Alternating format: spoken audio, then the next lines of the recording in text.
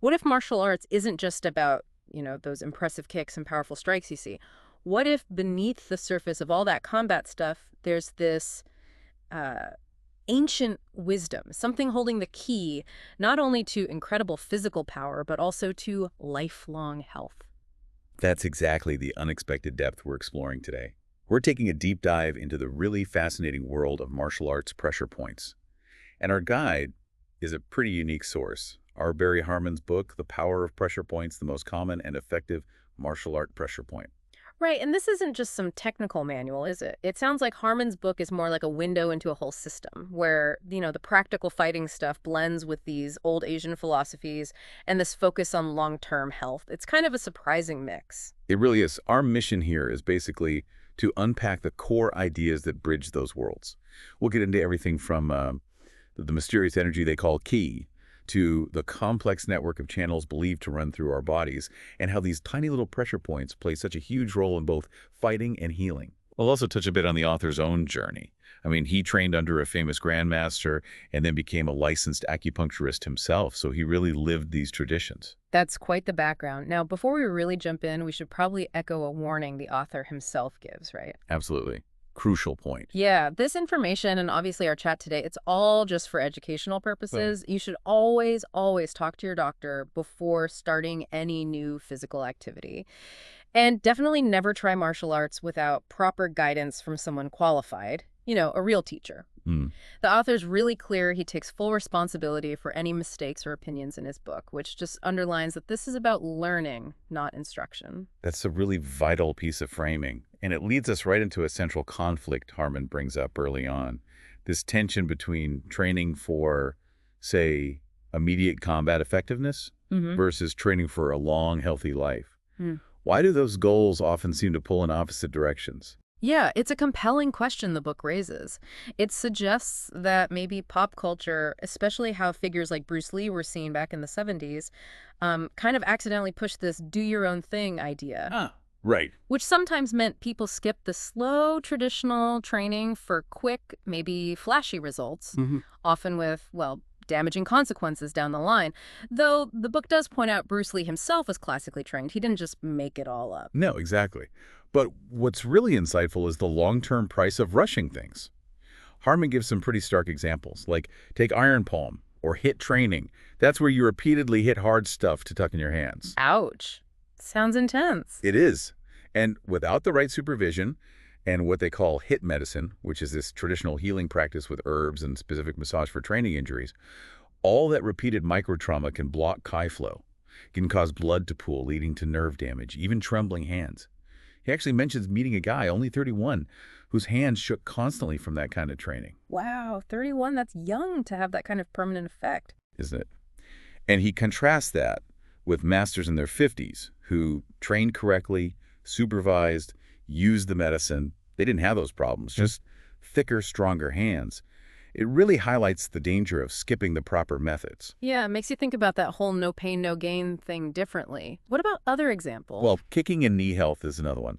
Harmon talks about a black belt who loved kicking but had to quit in his 30s because his knees were shot. Oh, mm. The problem was snapping the knee on kicks. It looks fast, feels powerful, but over time it causes tiny hyperextensions, lots of pain. I can picture that. But Harmon explains how using traditional methods, focusing on proper alignment, actually fixed this guy's pain in just 2 months. So technique isn't just about power, it's fundamentally about protecting your body too. 2 months. That's a huge turnaround. And it seems like this goes beyond just specific techniques, right? Like the whole approach to training intensity. Exactly. Harmon warns about consistently overstressing everything: muscles, tendons, joints, ligaments, even internal organs. He says it can actually deplete your body's essential energy, your ki. His phrase is, it takes ki to make ki, meaning if you train when you're super hungry or exhausted or, under the influence, you're actually draining your energy reserves instead of building them. Okay, so pushing through isn't always the answer. Not according to this traditional view. They understood this connection deeply. That's why traditional martial artists often use things like herbal teas, special foods, specific diets, and importantly, pressure point training itself, plus massage, to prevent draining their ki and blood, maintain balance, and actually build internal power. So the pressure points weren't just for fighting, they were a part of staying healthy too. Precisely. And even just proper joint alignment, avoiding those jarring snap motions, helps Qi flow better and reduces wear and tear. He mentions a specific focusing technique for striking that achieves this. It all sounds so interconnected. Which brings us to that quote from Grandmaster Su in Huke, the author's teacher. That really struck me. Ah, yes, the philosophy on life cycle. It's profound. He says we are born, we grow up, we grow old, we get sick, and we die. Simple enough. But then the goal for Kuk-Sul practitioners, his students, was to leave out the get sick part. Yeah. Directly linking the martial art practice to a path of wellness and, well, avoiding illness as much as possible. It's a powerful idea. It truly is, a whole philosophy wrapped up in that goal. And to really grasp how pressure points fit into this, we need to unpack some of the core theories behind it all. And that really has to start with the big one. Qi seems like the absolute foundation, and Grandmaster Su was considered a top authority on it. Harmon mentions how tricky it is to even translate Qi, doesn't he? He does. The ancient character itself is fascinating. He combines symbols for vapor or steam and uncooked rice. Vapor and rice, that sounds contradictory. Well, that's the point. It suggests Qi is both immaterial, like vapor, and material, like rice. It's this fundamental life force, or matter energy, that's seen as the basic stuff of everything. It can be incredibly refined, like energy, or tangible, like food. Harmon actually leaves it untranslated sometimes to let the concept breathe. I see. So it's not just some mystical energy, it's everything. Pretty much in this view. Ancient Chinese philosophers like Lai Zi and Wang Chong talked about Qi forming heaven and earth, pure Qi rising, turbid Qi sinking.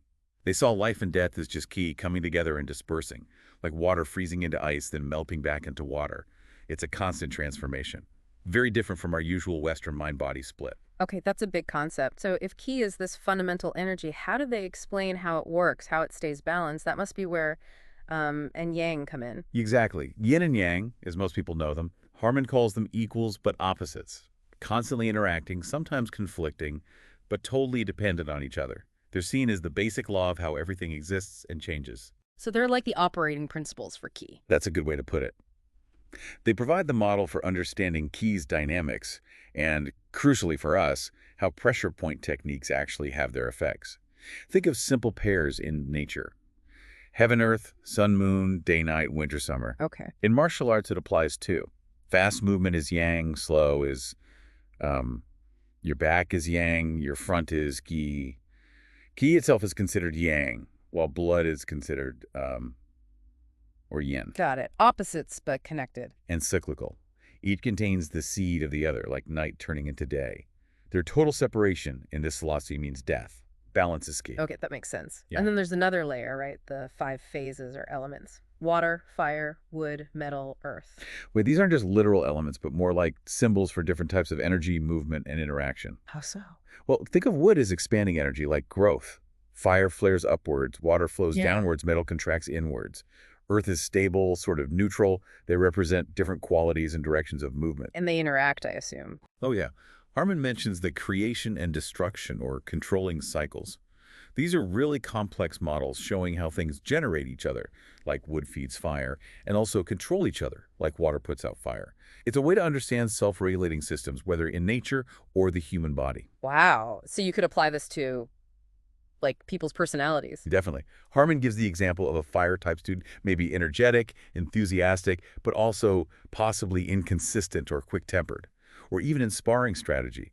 The book mentions using a water approach yielding, fluid to overcome a fire approach, aggressive, direct. It's a whole framework for understanding dynamics.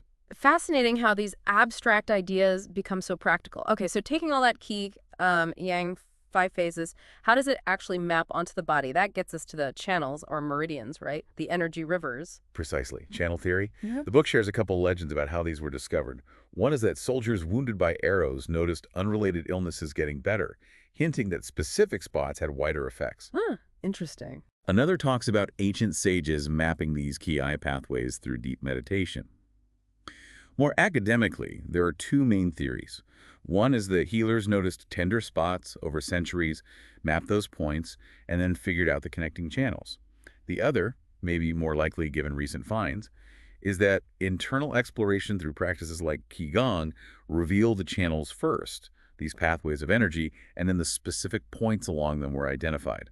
The Mo and Dewey Silk texts support this. They showed channels but not specific points. So what exactly are these channels, according to the theory? Are they physical? Not physical in the way we think of veins or nerves. Harman describes them as invisible energy pathways.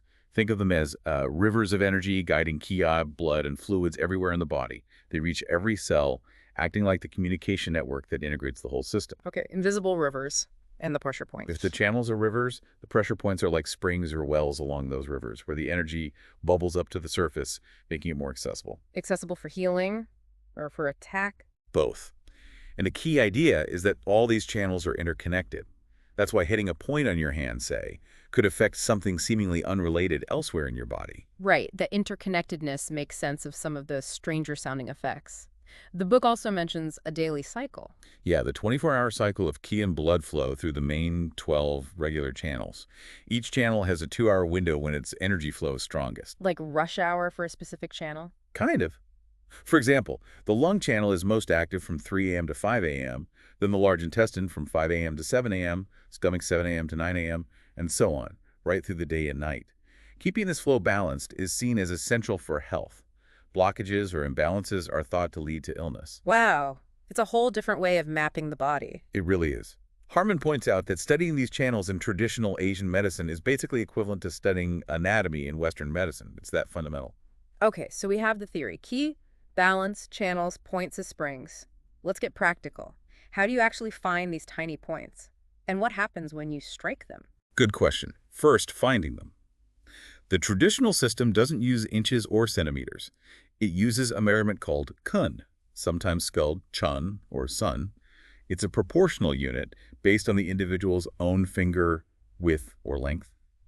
So a kun on a small child is smaller than a kun on a large adult. Ah, so it scales to the person. Clever. Makes it universally applicable. But even with that system, the points themselves are described as being incredibly small, like maybe 1 millimeter across. Precision is absolutely vital. 1 millimeter. That sounds almost impossible to hit accurately in a dynamic situation. Extremely difficult, which is why precise training is emphasized.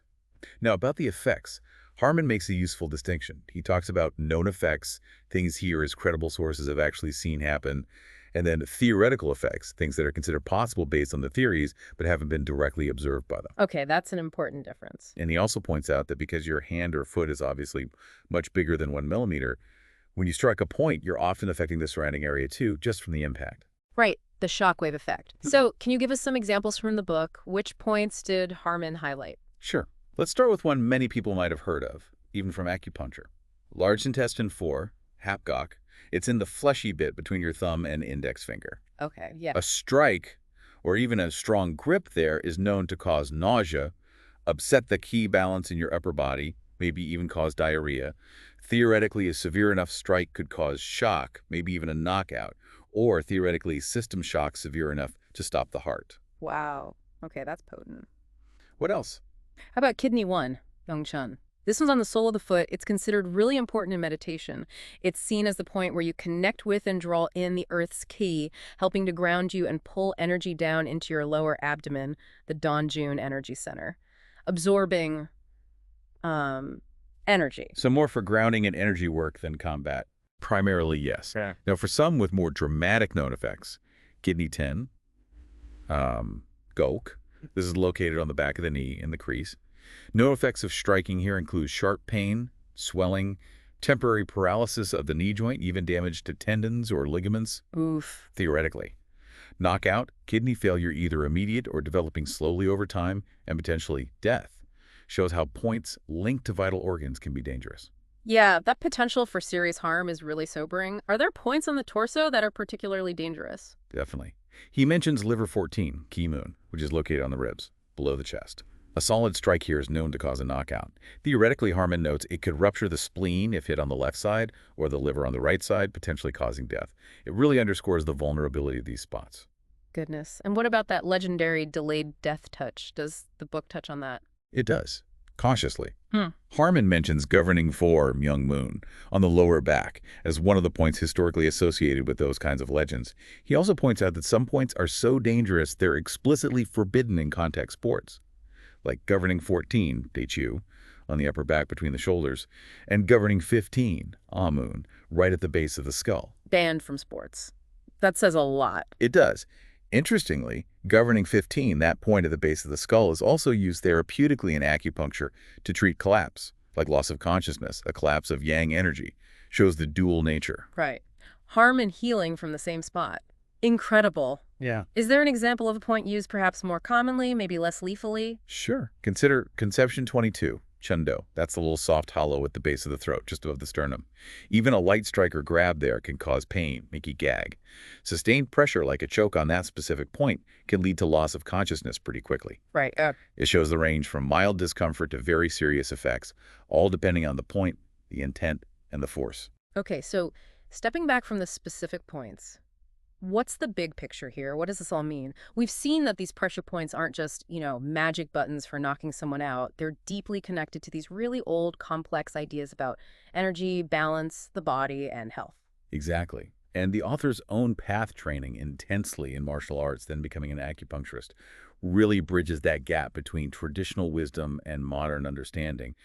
What this deep dive shows, I think, is this incredibly rich system where physical skill, internal energy cultivation, and even philosophy all come together. It's a pursuit of power and precision, yes, but also fundamentally of longevity, well-being. It really broadens the whole idea of what martial arts can be. It does. But it leaves you with a pretty provocative thought, doesn't it?